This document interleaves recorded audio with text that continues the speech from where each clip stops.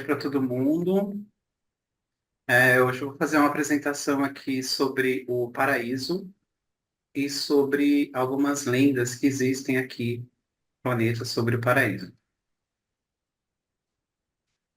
Então, deixa eu fazer a compartilhamento.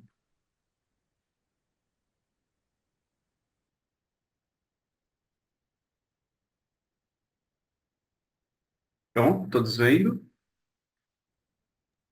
Sim, Bem. Bom, paraíso e suas lendas.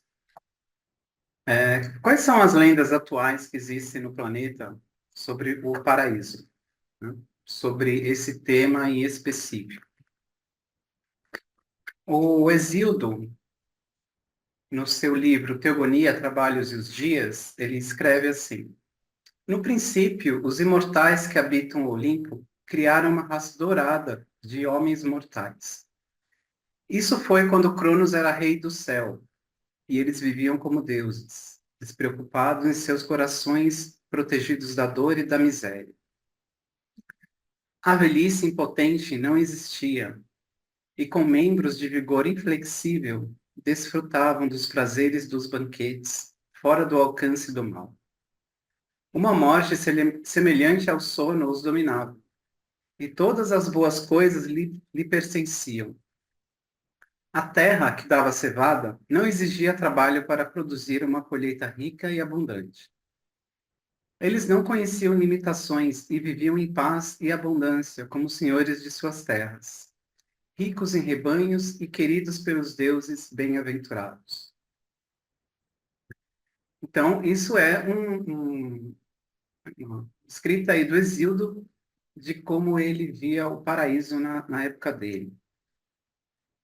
Qual que era a crença corrente ali na época dele. No Egito também tinha uma lenda semelhante que falava que havia abundância de comida nos ventres do povo. Não havia pecado na terra. O crocodilo não agarrava a presa. A serpente não mordia na era dos deuses primordiais. Uma época em que homens e deuses viviam juntos e o homem era imortal. Então aí vocês começam a ver que há várias semelhanças nesses contos, né? Nessas lendas. Na China também tinha um relato assim. Aves e animais se multiplicavam em bandos. A grama e as árvores cresciam luxuriantes e longas. Nessa condição, as aves e os animais podiam ser guiados sem sentirem constrangimento.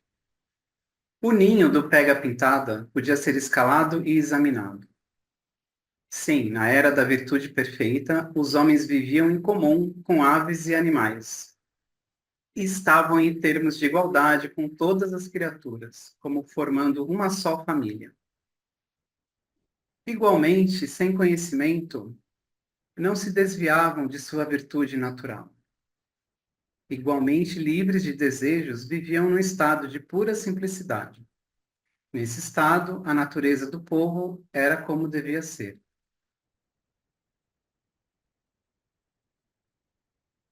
Os maias também tinham uma lenda, né, sobre o paraíso que dizia: e assim eles, os criadores e formadores, se encheram de alegria, porque haviam encontrado uma bela terra, cheia de prazeres.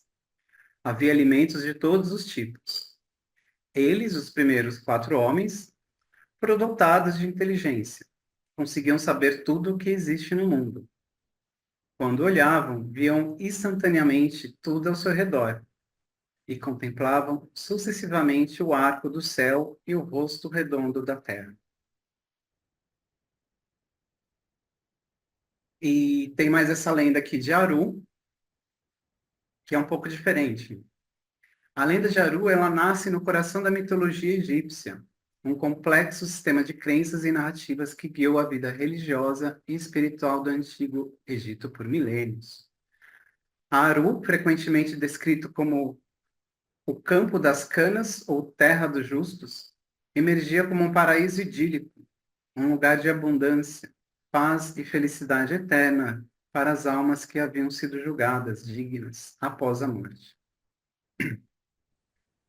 Então, vocês podem ver que essas lendas, fora essa lenda de Aru, que fala sobre algo após a morte, elas têm alguma semelhança no sentido de que todas falam sobre alimentos, sobre uma paz com animais, uma terra cheia de prazeres, alegrias, onde as aves e os animais né, se têm igualdade com todas as criaturas, formando uma só família. E você pode, até hoje tem essas crenças assim, né, de que a Terra vai se tornar um lugar onde as pessoas vão andar lado a lado com leões, nada vai acontecer. E essas lendas, elas são mais lendas sobre uma era de ouro, né? A idade da era de ouro, ela é um mito. Mas essas lendas que tem na Terra, né, elas são baseadas no Jardim do Éden. Todas elas que eu pesquisei, assim, várias, né, são baseadas no Jardim do Éden, de que os cidadãos moravam todos um com os outros, eram todos iguais. Mas essa era de ouro, o livro de Urântia fala que é um mito, mas que o Éden foi um fato. E a civilização do Éden, do jardim, foi de fato arruinada. Durante 117 anos, Adão e Eva persistiam no jardim, quando, por causa da impaciência de Eva e dos erros de julgamento de Adão, eles cometeram a presunção de desviar-se do caminho ordenado, trazendo rapidamente o desastre sobre si próprios e retardando de um modo desastroso o progresso do desenvolvimento em todo o Urântia. Então, essas lendas que eu contei, elas são baseadas né, nesse fato Sim. do jardim. Né? Marcos Paulo está aparecendo só a imagem, o texto não. Agora sim, Apareceu? agora sim. Eu acho que esse aí era o próximo, né? Os outros tu já tinha passado. Os outros estava o texto, depois. Mas está aparecendo normal?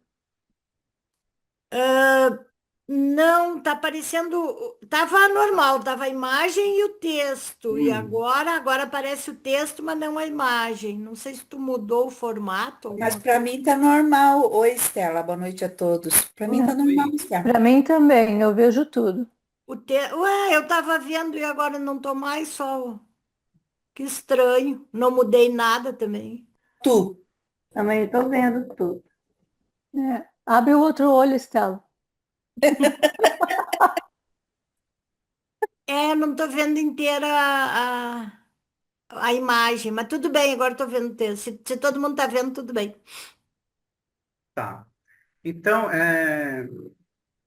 então, essas lendas, elas são baseadas no Jardim do Éden. Tem uma lenda que é mais recente, da Divina Comédia, que o paraíso em italiano paradiso, é a terceira e última parte da Divina Comédia de Dante. É uma alegoria dizendo da visão de Dante do céu, guiado por Beatriz, amor platônico de Dante. E no poema, o paraíso ele é retratado como um conjunto de esferas concêntricas que cercam a Terra, que consiste na Lua, Mercúrio, Vênus, Sol, Marte, Júpiter, Saturno, as estrelas fixas, o primum mobile, né? E finalmente o empírico. Ele foi escrito no início do século XIV. Então, além do Jardim do Éden, as crenças que a gente tem no paraíso, elas são muito influenciadas também pela Divina Comédia de Dante. Não só o paraíso, como também o inferno e o purgatório. O Dante ele fez uma influência assim decisiva na cultura mundial, tá? Porque círculos do inferno, sabe? Anjos tocando harpas e não fazendo nada. São muitas figuras de linguagem do Dante. E as pessoas têm isso como realidade, mas na verdade foi um poema desse incrível aí, poeta, né? Influenciou o mundo inteiro. Enfim, O, fala. o livro de Urântia fala, né, que vários, que nem Confúcio, Lao Tse, esses caras todos tiveram, e outros milhares, pequenas revelações, né? É, Será que essas lendas, muitas dessas coisas também, eles tinham alguma inspiração, alguma visão, alguma revelação? eu E vejo aí, como as histórias contadas de geração em geração daquilo que aconteceu. tá, do Porque, Jardim do Éden, sim, né? é, porque tem a mesma a lenda contada pelos maias, pelos egípcios, por Dante, né? Pelos italianos, ó. Hum. Em vários lugares do mundo tem a mesma ideia, né? De que existia um lugar onde todos eram felizes e que deu alguma coisa errada e todo mundo se deu mal. Mas apesar disso, de que esse é um fato, né? De que havia realmente o jardim, essa ideia de que a gente é um ser caído, ela é errada, né? A gente é um ser ascensional. Então, mesmo essa ideia de que existe um paraíso aqui no planeta, ela é uma ideia que degradante. Então, o que que é realmente o paraíso? O que que é realmente a ideia da gente como ser ascensional? Então, o que que é realmente o paraíso? O paraíso é o centro eterno dos universos e o local de morada do Pai Universal, Filho Eterno, Espírito Infinito e seus coligados e coordenados divinos. Esta ilha central é o corpo organizado mais gigantesco da realidade cósmica em todo o universo mestre. O paraíso é uma esfera material, bem como uma morada espiritual. Então, essa ideia do livro de Urântia, ela não existia no planeta. O que a gente tinha de ideia de paraíso era um paraíso muito mais próximo, no sistema solar, né? Mesmo na Grécia, eles achavam que o paraíso era o Olimpo, que era uma montanha. Então, aqui o livro de Urântia traz o paraíso como o maior objeto do universo. É uma coisa totalmente nova. O que mais? Paraíso é o centro de tudo. Grosso modo, o espaço origina-se, aparentemente, logo abaixo do paraíso inferior. O tempo origina-se logo acima do paraíso superior. O tempo não é um aspecto da existência do paraíso. Embora os cidadãos da Ilha Central sejam plenamente conscientes de uma sequência não temporal de eventos. O movimento não é inerente ao paraíso evolucional, mas o conceito de distância, mesmo da distância absoluta, tem muito significado, pois pode ser aplicado a localizações relativas no paraíso. Então, o tempo e o espaço, eles também se originam da ilha central, do paraíso. E o tempo e o espaço é onde nós vivemos, necessariamente. Então, o centro de tudo que a gente vive agora começa lá. Então, não é um lugar onde os animais são bonzinhos e todo mundo tem comida à vontade. É o centro de toda a existência mesmo, todo o universo. E como o paraíso se parece? A secção de um corte vertical no espaço total assemelhar-se-ia ligeiramente a uma cruz de Malta, com os braços horizontais representando o espaço preenchido o universo, e os braços verticais representando o espaço não preenchido dos reservatórios. As áreas entre os quatro braços separá-los iam de modo semelhante àquele pelo qual as zonas intermediárias separam o espaço preenchido do não preenchido. Essas zonas quiescentes do espaço ficam cada vez maiores e maiores, quanto mais longas foram as suas distâncias do paraíso. E finalmente abrange as fronteiras de todo o espaço e encasulam completamente tanto os reservatórios de espaço quanto a extensão horizontal inteira do espaço preenchido. Então, o que ele está falando o quê? Que essa pontinha aqui, esse vértice, não sei se estão vendo meu mouse, esse vértice aqui Sim. é o paraíso, certo? Essa pontinha aqui. E esses braços é o universo do tempo e espaço propriamente dito. Então, quanto mais longo o universo o espaço mais perto ele vai chegando um do outro, certo? É isso que ele está falando aqui. Tão distante que eles ficam que os reservatórios do espaço, eles se confundem com o espaço já preenchido. Então fica uma coisa assim, ó, mesmo. Uma coisa doida, assim. Então é assim que o paraíso se parece, junto com o espaço. Uma cruz de malta. Lembre-se disso. Vascaínos. Respiração do espaço. A respiração do espaço, ela funciona também com esses reservatórios, né? E o espaço já preenchido. Peraí.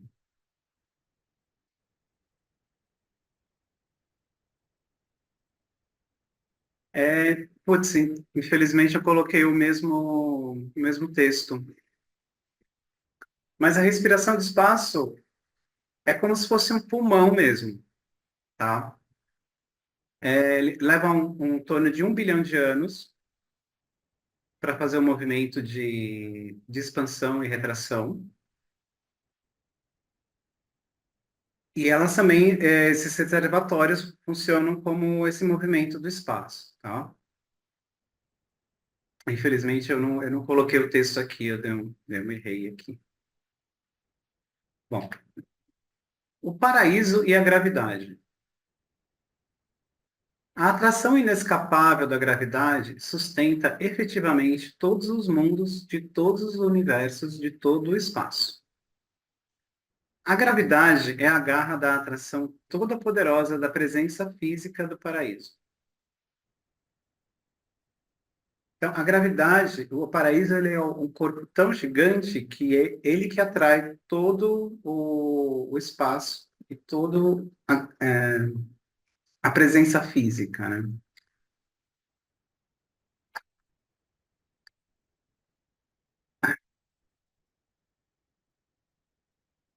O centro é o ponto focal da gravidade material absoluta. É a ilha do paraíso. O centro e o ponto focal da gravidade material absoluta é a ilha do paraíso. Todas as emanações conhecidas do paraíso inferior respondem infalível e invariavelmente àquela atração da gravidade central, que opera nos circuitos intermináveis, os níveis elípticos do espaço do universo mestre. Todas as formas conhecidas de realidade cósmica têm a curvatura das idades, a trajetória do círculo e o arco de oscilação da grande elipse. Isso é uma coisa diferencial, porque o paraíso ele é uma ilha que é em formato elipse.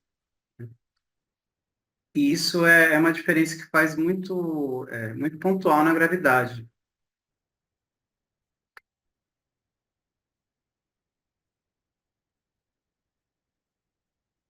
O paraíso é a fonte absoluta e ponto focal eterno de toda a matéria e energia no universo dos universos. A presença universal do absoluto inqualificável parece ser equivalente ao conceito de uma infinitude potencial de extensão gravitacional, de uma tensão elástica da presença do paraíso. Esse conceito ajuda-nos a compreender o fato de que tudo é internamente atraído na direção do paraíso. A imagem é crua, no entanto, ajuda. Ela explica também por que a gravidade sempre age preferencialmente no plano perpendicular à massa, um fenômeno indicativo das dimensões diferenciais do paraíso e das criações que o rodeiam. Então, esse negócio aqui da gravidade ser preferencialmente, sempre agir preferencialmente no plano perpendicular à massa, eu fiquei muito curioso disso. E eu fui lá no ChatGPT pesquisar. E ele primeiramente, ele disse que não é necessariamente que a gravidade age perpendicular à massa. Ele primeiro disse que a gravidade age de uma forma radial à massa, que não é preferencialmente. Só que aí eu coloquei, imagine que existe um objeto das dimensões x, y, né, no centro do universo, né, com 1 milhão de anos-luz de distância, de tamanho, não sei o quê. Agora você fala para mim de novo, explica essa preferência no plano perpendicular à massa. Aí ele disse que sim, aí falou que é sim, preferencialmente perpendicular à massa por causa do, do formato elipsoide do paraíso. Então eu falei, me faz uma figura, né? Aí ele falou assim, ó, gravidade perpendicular à massa. A gravidade, ó, tá vendo que ela tem uma diferença aqui no tamanho? Então, dependendo de onde está o superuniverso e os planetas lá de Avona, eles são atraídos diferencialmente. Isso faz com que eles ganhem velocidade ou percam velocidade enquanto giram. Por isso que as direções elas são contrárias também. Porque aqui a gravidade do paraíso ser perpendicular faz eles girarem. E a direção da gravidade aqui no planeta normal faz ele girar em torno de si próprio. Então, enquanto aqui a gravidade local age de um jeito, a gravidade universal ela vai agir de outro. Justamente porque esse é um corpo imóvel. Esse também é outro fato diferencial do paraíso. Ele não se mexe, enquanto todo o resto se mexe. E o fato dele ser elipsoide faz com que as coisas se mexam numa certa velocidade e também diminuam numa certa velocidade. Então, o formato do paraíso também faz com que o universo funcione, vamos dizer assim. Legal, né? Bom, existe outro paraíso?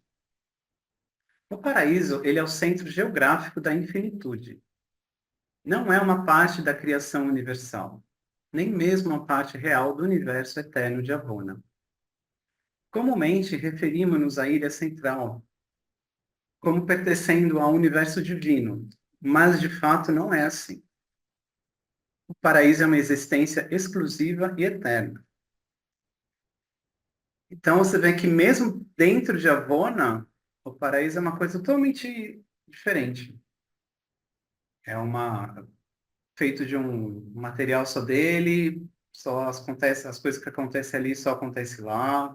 É algumas coisas assim bem exclusivas, né? E não existe outro. E o paraíso é um criador? Bom, o paraíso é a revelação do potencial de infinitude do eu não pessoal do Pai Universal, quando da manifestação do Filho Eterno, sua personalidade infinita. E quando a realidade é diferenciada em pessoal e não pessoal, dificilmente é adequado chamar aquilo que não é pessoal de deidade. Então, o paraíso, apesar dele ser uma manifestação do Pai Universal, ele é uma manifestação não pessoal e ele não é uma deidade, não é um criador. O paraíso, ele não é o ancestral de nenhum ser ou entidade vivente. Ele não é um criador. A personalidade e as relações mente-espírito são transmissíveis, mas o modelo arquetípico não é. Os modelos nunca são reflexos, são duplicações, reproduções. O paraíso é o absoluto dos arquétipos ou modelos. Então, essas coisas dos arquétipos, que o paraíso ele é fonte, são as coisas não pessoais. Então, o arquétipo de uma cadeira, o arquétipo de um mouse, o arquétipo de um foguete, o arquétipo de uma emoção, o arquétipo de uma personalidade, o arquétipo de uma mente, sabe? O arquétipo de qualquer coisa.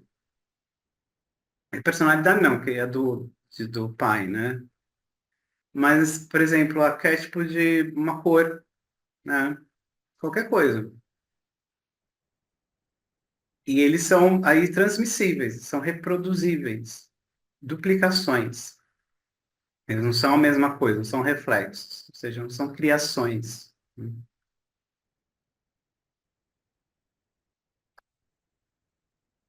O paraíso é a meta de todos os mortais. Para os mortais, a coisa mais importante sobre o paraíso eterno é o fato de que esta morada perfeita do Pai Universal é o destino real e remoto das almas imortais dos filhos mortais e materiais de Deus, as criaturas ascendentes dos mundos evolucionários do tempo e espaço. Cada mortal sabedor de Deus que abraçou a carreira de cumprir a vontade do Pai já embarcou na trilha longa que vai até o paraíso, da busca da divindade e do alcançar da perfeição. Então, para todos nós, o paraíso é o centro de tudo, e é a nossa meta, meta perfeita, né? A morada perfeita, o destino real nosso, né? Daqueles que se propõem também aí, né? Ninguém é obrigado. É. A gente vai chegar lá, mas não vai ficar lá, né? Não vai ficar, é. Mas vai ter uma casinha lá, pelo menos. Vai ficar lá um tempo, pode ficar de férias lá. Pois é, eu não lembro. O livro fala quanto tempo a gente fica, não, né? É, a gente fica até se formar em finalitora. Não fala quanto tempo, não. A gente já chega lá, finalitor? Não, é lá Não, que a gente se torna? É lá, né? não. É lá. Faz a trinitarização e vira um finalitor. Isso. E, né? Bom, agora apenas algumas imagens, né, do paraíso que eu peguei aí na internet. Esse aqui eu peguei num vídeo, né, no YouTube. Aqui o que que ele fala? Que aproximadamente de oeste para leste, o paraíso tem 1.629.000 anos-luz. E de norte para sul, tem 1.900.000. Agora, de onde a pessoa tirou esse número, só perguntando para ela, né, lá no canal do YouTube. Mas vocês veem aí que a representação que ele fez do paraíso é muito legal, porque parece até uma impressão digital. Parece uma impressão digital do polegar. Aí eu fiquei imaginando, assim, impressão digital, né? Paraíso, Deus, né? Aí vocês fazem as suas relações aí. Mas muito legal essa figura aí. Aqui é o paraíso, né? Junto com os corpos do Lavona e os circuitos os planetas do Pai, do Filho e do Espírito. Você vê que o paraíso é tão grande que o bilhão de mundos de Avona parece uns pontinhos de nada, né? Tá vendo? Isso aqui é 1 bilhão de mundos de Avona. Isso aqui em volta. Essa De parte nada. mais escura ali, né? É, não é um pontinho, né? E essa aqui onde tem os pontinhos? Então, são os planetas do Pai, do Filho e do Espírito. Ah, é, Onde tá. está Divino, então, Espírito, então, esse pessoal aí. E são Depois, também uns pontinhos um pouquinho maior só. E paraíso, essa coisa que absurda, gigantesca, né? Fantástico. Aqui tem outra representação, o, a Ilha do Paraíso, né? A Voona, os corpos escuros de gravidade, os 7 superuniversos, a zona quieta, e aí primeiro nível espacial, certo? O grande universo. Aqui o universo mestre, o paraíso lá no centro, lá pequenininho, né? O bilhão de mundos de Avona, os corpos escuros de gravidade, 7 superuniversos, a gente está aqui, e os 4 níveis espaço exterior. E não tem mais nada. É tipo isso. Por enquanto é isso, pessoal.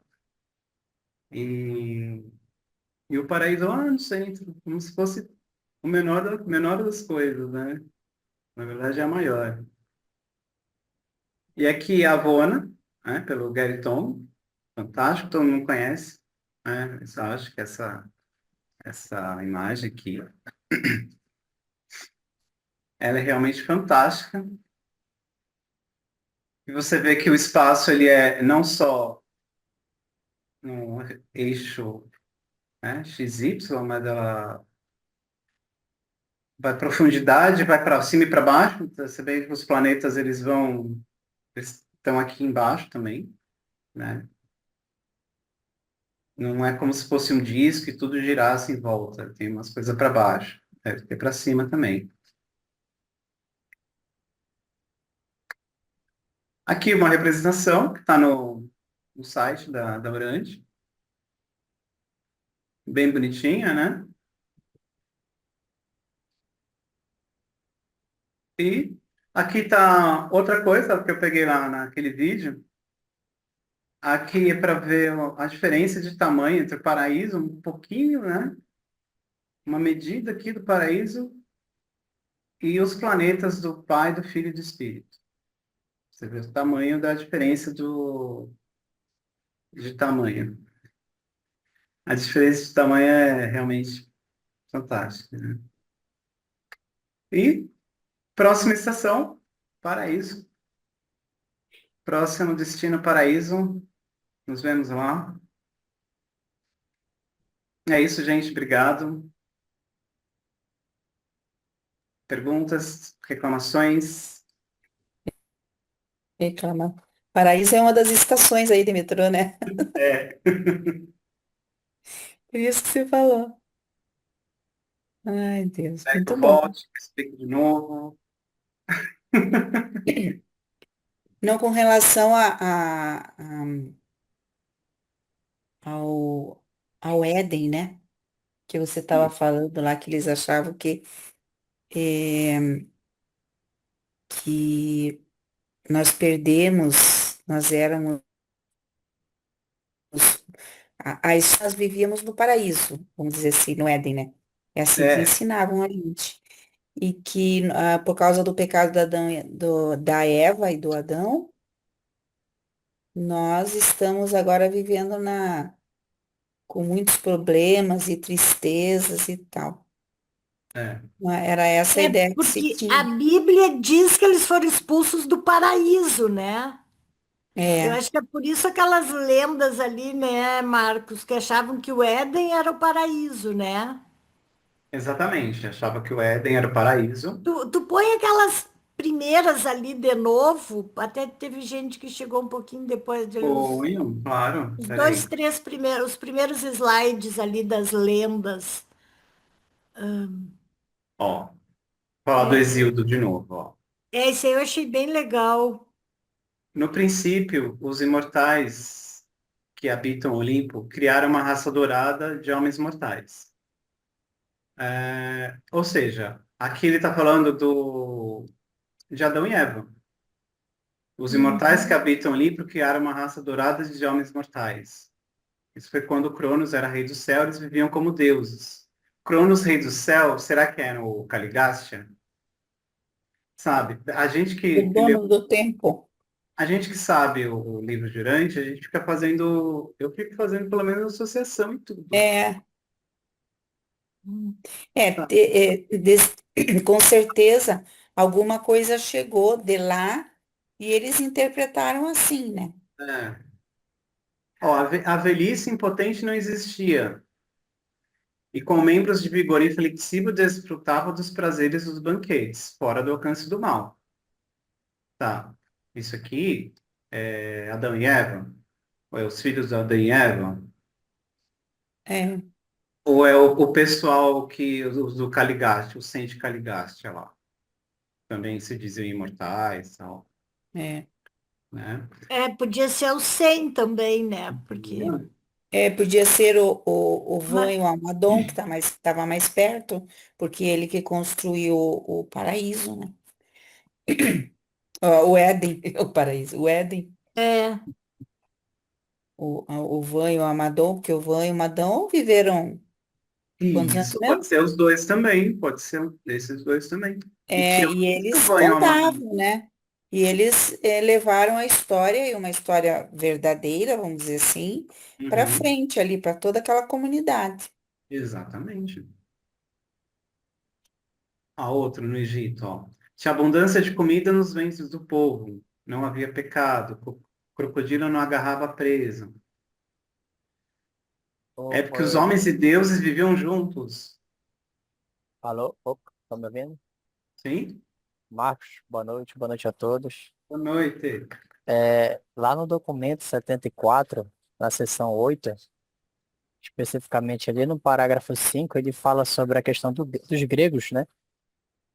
E antes desse parágrafo, ele diz o seguinte: a maioria dos povos do mundo tem sido influenciados pelas tradições que Adão e Eva tinham formas físicas criadas para eles quando da sua chegada em Urântia. Ali no documento 74, né, a gente percebe que, como você disse, a maioria dessas tradições, dessas mitologias tem a origem lá na história de Adão e Eva, né? Até sobre a questão das civilizações dos gregos. Os gregos também tiveram muita influência ali pelos sumérios, foram muito influenciados. E eles eram pensadores, eles iam além, né? Eles eram muito, muito, muito bons. E que é o que mais? eles tinham de mais real e mais recente também, né? Porque os 100 decaligastas vieram há 500 mil anos. Ah, E Adão e Eva, 36, né? 38 agora, eu acho. Então, é.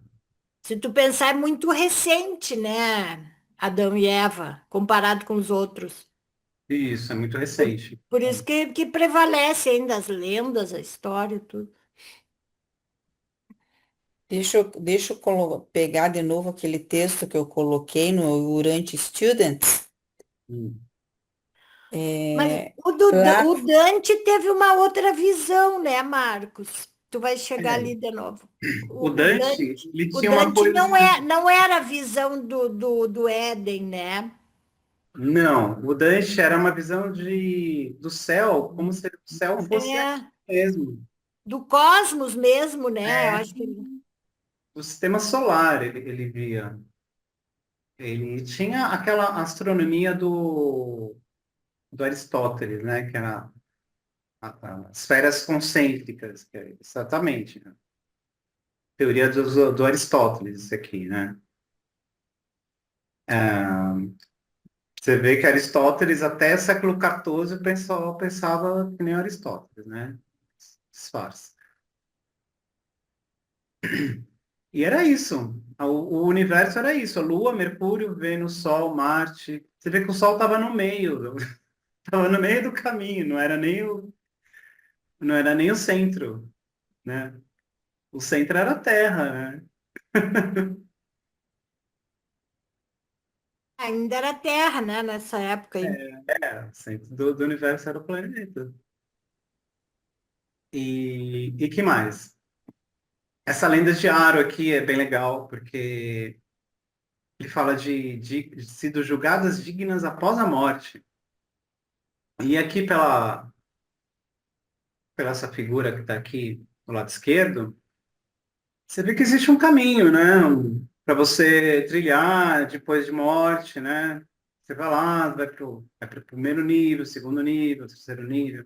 Aqui já tinha uma coisa mais, mais livre-direito, sabe? Por quê? Porque o Egito teve muita influência do Akhenaton, né? Teve influência do pessoal, do Melquisedeque. Então, você sabe que essas histórias aí iam passando de pai para filho, geração em geração. E aí você tem essas lendas aí, né? Os maias, enfim. Agora é interessante, né? O livro até fala, né, no pessoal que chegou no Peru, porque tudo aconteceu naquela região lá, Egito, ali aquela parte. Aí vem aqui para América do Sul e pega os maias, né? E com as lendas também, né? É o pessoal que chegou pelo Peru ali que o livro fala, né? É. É, Eu tava procurando, mas eu apaguei, não sei por que que eu apaguei. Mas João teve várias, ele teve, né, a revelação, que a gente chama de Apocalipse, que não tem nada a ver, mas ele teve a revelação, e o livro de Irântia fala várias coisas, e dentre uma ele fala assim, ó, mas foi sobre Salvington que João escreveu. Não, não é esse, peraí. Ah, aqui, ó. No documento 45, no centro dos sete, que o João viu, ó, no centro dos sete círculos residenciais angélicos em Jerusalém, está localizada a sede central do Conselho Consultor de Orante com os 420 conselheiros. João, o revelador, chamou-os de os 24 anciães. Então ele viu. Ele viu, por isso que essa história de João, ela pode ter sido guardada, alguém pode ter tido algum acesso ou passado para, sabe, né? Às vezes acontece desses escritores achar alguma coisa, algum escrito, a gente nem sabe. Diz que na Biblioteca do Vaticano tem muita coisa que a gente não sabe que está lá. E, essas ideias, porque se colocou lá os ciclos cheios de anjos, né? Que é a representação, não é? Ó, isso. Dante, no né? centro dos sete círculos residenciais angélicos. Do Dante, você está falando. É, então não sei.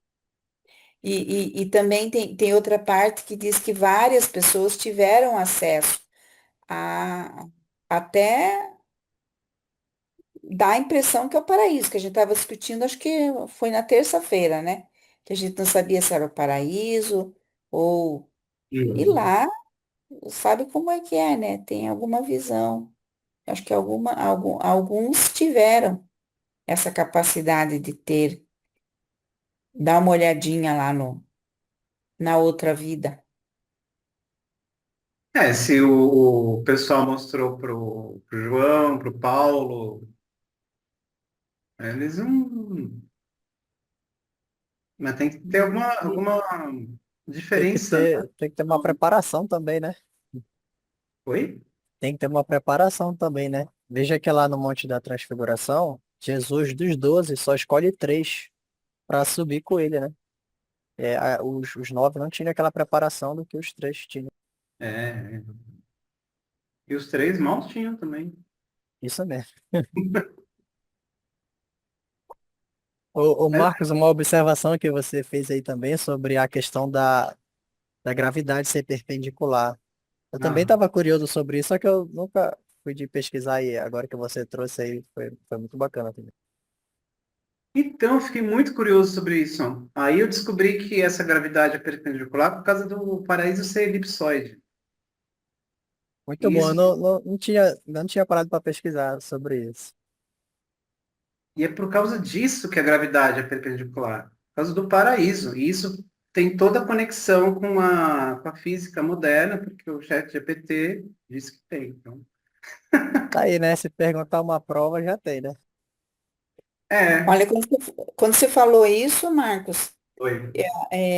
me veio a ideia assim de que nós somos animais e todos os seres mortais que ganham uma personalidade, eles ficam perpendiculares ao planeta, como diz, né? Você Hum, fica em pé, eles ficam em pé, eles não andam mais em quatro patas ou com a hum. cabeça baixa, eles vão, né, ficando na vertical ali, em pé. Eles vão tentando se conectar ao alto, né? Que nós sabemos que daí no caso, ao paraíso. A gente vai, vai se posicionando já para a partida, né? E vai daí. É, A árvore também, né, Lilian? Ela cresce dessa forma também, né? também, né? Se for ver assim, né? As plantas todas também, né? Não, mas eu digo o animal, no caso. Os animais, né? Que têm essa capacidade de conhecer a Deus. Eles vão a cada vez mais olhando para o alto, tendo essa consciência, né? Do espaço que rodeia, consciência da vida em si, né? É, são todos bípedes, tá falando. Ô, Ah, E Marcos, tá, entendi. ah, Tá falado? sim, eu não entendi esse perpendicular aí, por quê, hein? É Eu porque. não entendi, eu fiquei confuso agora. Não, tudo bem. É o seguinte, deixa eu colocar aqui. É porque o centro da massa, ele atrai, entendeu? E ele fica perpendicular ao centro da massa. Cadê o negócio? Tu pode imaginar um eixo X Aqui, e ó, Y, né? vendo?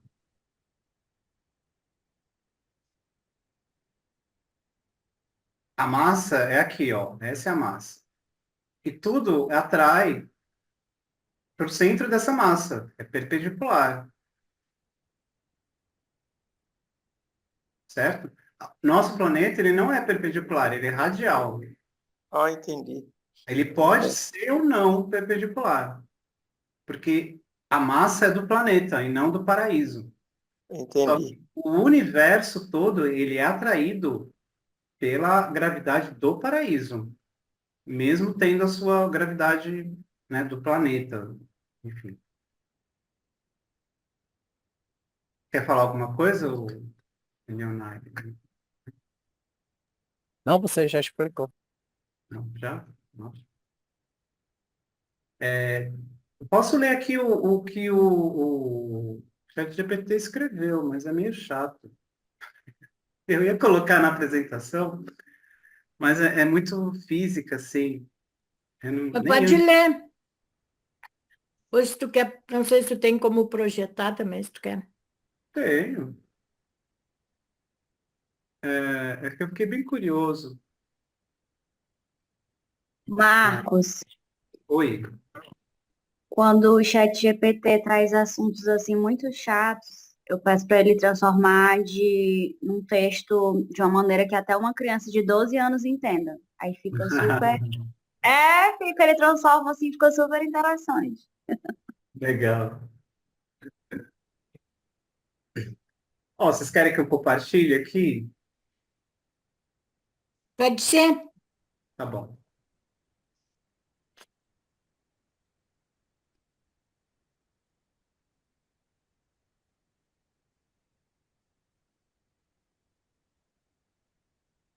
Ó, situação proposta. Uma estrutura elipsoidal. 1,5 milhão de anos-luz, leste-oeste, 1,6 milhão norte-sul. Não se move, né? Você observa que a gravidade age perpendicularmente à massa da estrutura.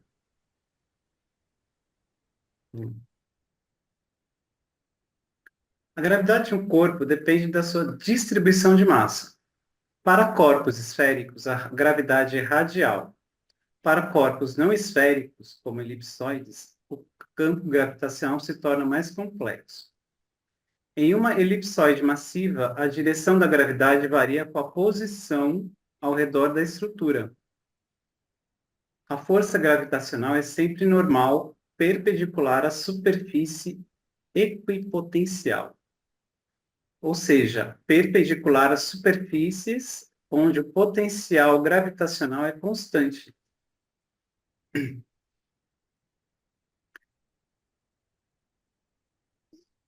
O que a expressão pode significar? Gravidade perpendicular à massa.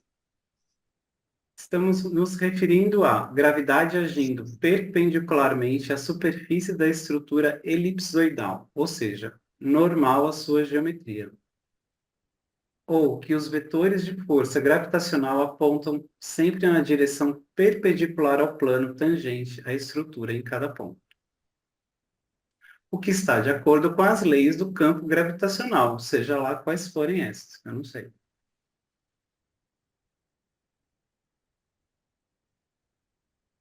Então, a conclusão é que o modelo está certo. no fim das contas. Ai, ai. Entenderam? Por quê? Porque o corpo, ele age perpendicular à massa, à gravidade. Enfim, é isso, gente. Eu não consigo entender direito, sabe? Eu sei que é isso aqui que o ChatGPT falou que faz sentido, né? Mas que não é uma preferência. Aqui, ó. Essa não é uma preferência. Porque está escrito lá, preferencialmente, né, no livro de Urântia. E está escrito mesmo, no inglês também. Mas ele diz que é uma consequência geométrica natural da distribuição da massa e da definição do campo gravitacional. Eu acho Capite? que é porque é que numa elipse tu não tem uma distribuição igual que numa esfera, né, da Não massa. tem. Ela, nas pontas, assim, ela é, a área é menor e tudo. É, tá escrito isso aqui até, ó. Hum,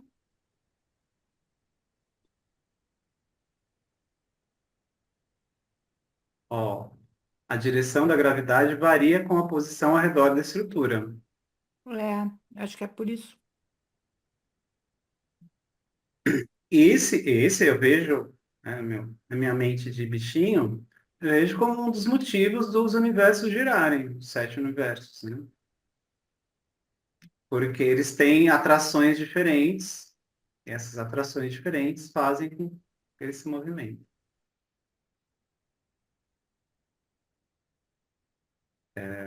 Bom, muito legal, né? Você vê uma coisinha de nada que a gente vai um pouquinho a fundo, já vira 1 milhão de questões, né? Olha, eu ainda estou curioso. Acho que depois eu vou dar mais uma pesquisada. Ah, por favor, Eliana, porque Isso chamou muita atenção. física não é meu forte. Aí você fala É, pro Elias falar disso também. Pode deixar. Que mais, gente? Que mais? Que mais? Solamente? Gostaram das imagens? Nossa, muito lindas. Muito, muito bonitas Sim. mesmo. Ficou Ficou bem muito legal. bonito. Gostei. Legal. Um dos slides que você estava falando do paraíso, deu a impressão que não era um lugar. Aí eu Hum. fiquei assim, perdida. Será que eu não entendi nada até agora? Eu não É, lembro. Vai sim. passando eles de novo para a Ângela Deve localizar. Não, ser. eu sei qual que é. Ali Existe sabe qual outro é. paraíso? Foi quando eu perguntei, existe outro paraíso? Então, é assim, o paraíso, ele é o centro geográfico da infinitude. Ele não é uma parte da criação. Ele não é parte de nada. Ele fica fora da existência mesmo. Ele não é nem mesmo a parte real do universo eterno de Avona. Ou seja, nem mesmo o universo que existe, sempre existiu, nem mesmo o paraíso é parte daquilo. Ele está mesmo fora da eternidade. Ele é o centro da infinitude. Ele existe geograficamente, mas ele é como se ele fosse um lugar absoluto.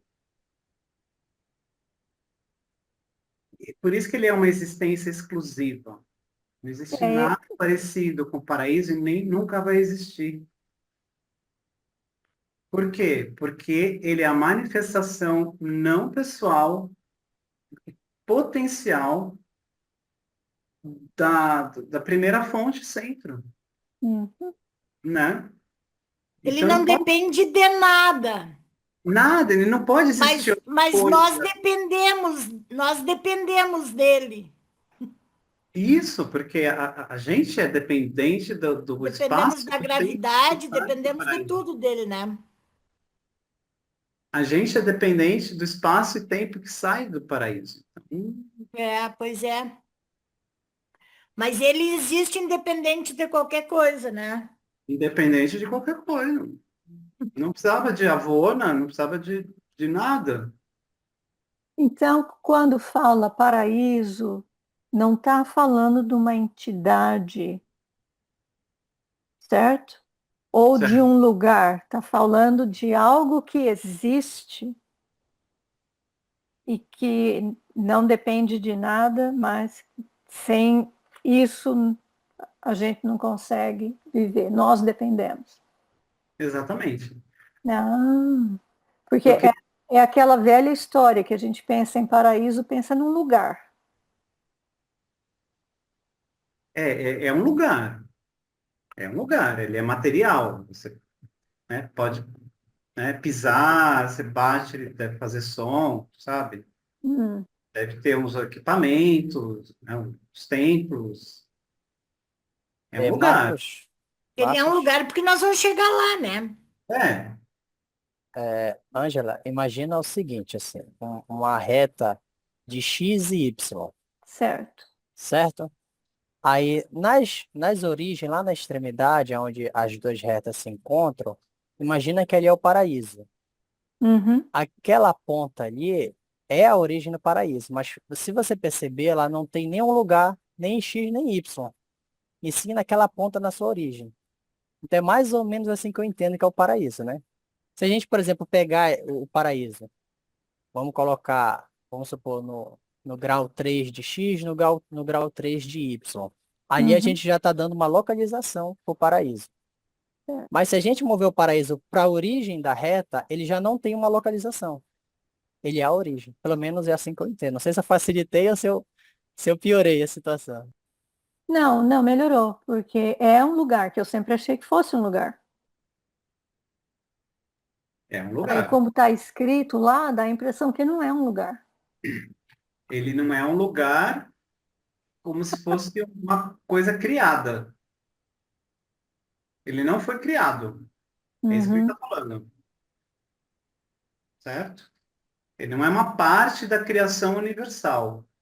Marco, é como se fosse uma força, né? Que sustenta tudo, no caso. Ele sustenta tudo. Mas ele é estático, né? A ilha. Estático. É. Mas os planetas, o supra-universo, o universo gira em torno, não? Ou não? Gira, gira. Os universos, o É super-universo. tudo que existe gira em torno, então, né? Isso. É muito complicado, hein? Falar daquilo que a gente não conhece é muito difícil. É difícil. Mas ele existe, tá? E ele faz as coisas girarem e a gente depende dele. Assim como depende do Pai, do Filho e do Espírito também. Depende do paraíso como fonte material dos arquétipos, das ideias, né? De tudo que existe também.